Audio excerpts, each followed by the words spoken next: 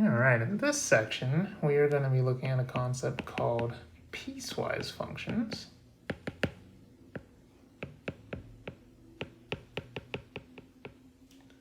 So these are going to be functions, but they're going to be defined in pieces. And I don't really have an introduction for this section. I think it's better just to start looking at an example immediately and just trying things out.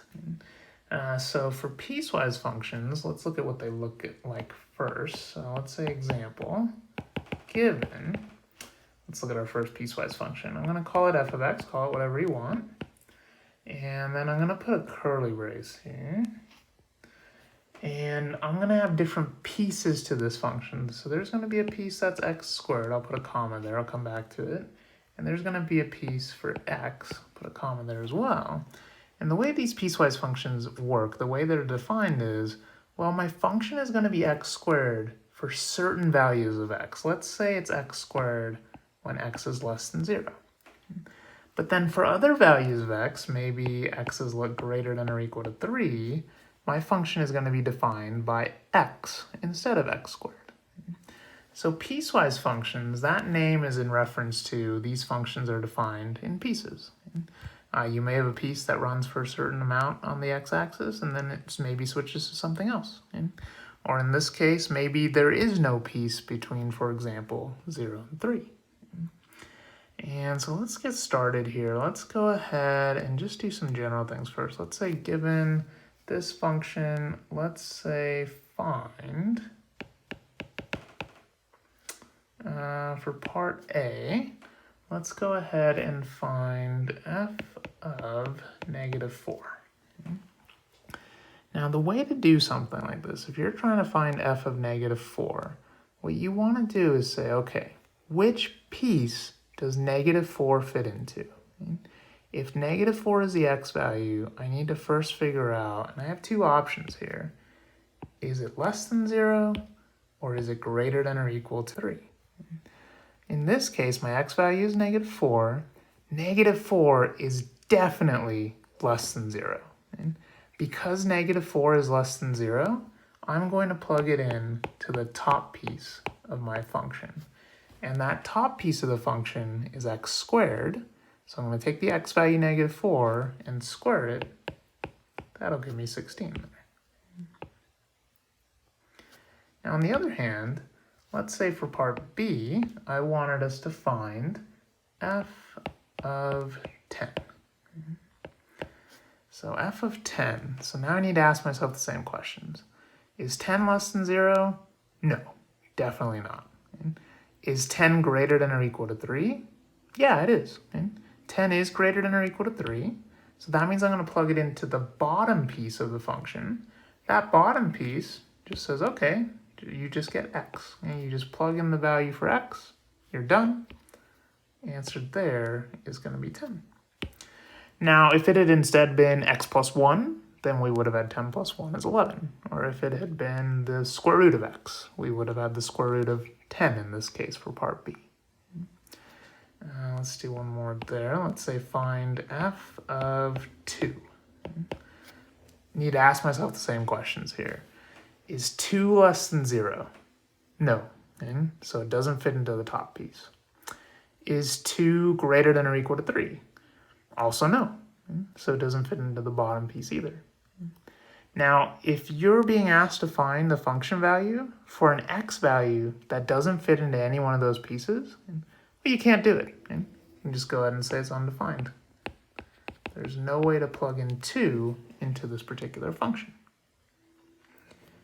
And then the last thing that you're going to be responsible for on this section with these piecewise functions, let's say part C, I also want you to be able to graph these piecewise functions.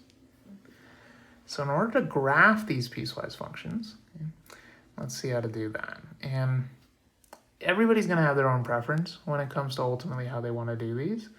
Some people can just put everything on one coordinate plane.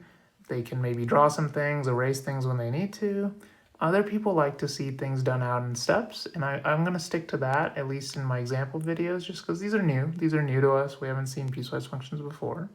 And so what I'm going to do first, instead of trying to graph this piecewise function, First, I'm just going to look at, okay, that first piece is x squared. Let's just put that graph up here. And that's one that we learned in the previous section.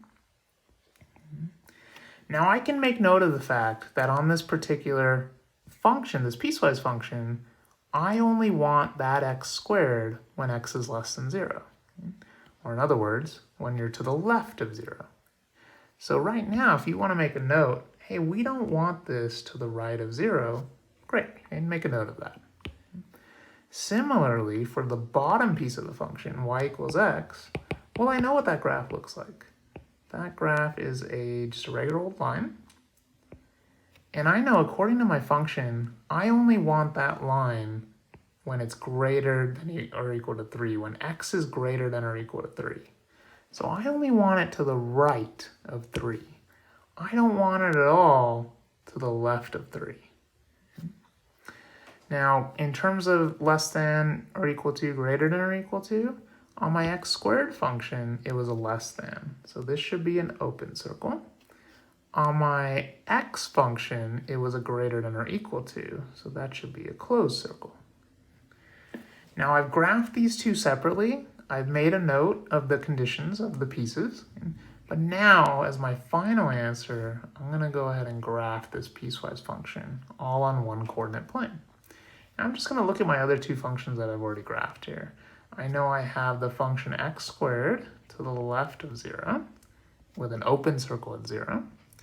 I also know I have the linear function y equals x when x is equal to 3. So let's say 1, 2, 3. And I know that has a closed circle. And if I needed it for any reason, I could go ahead and figure out the y value there.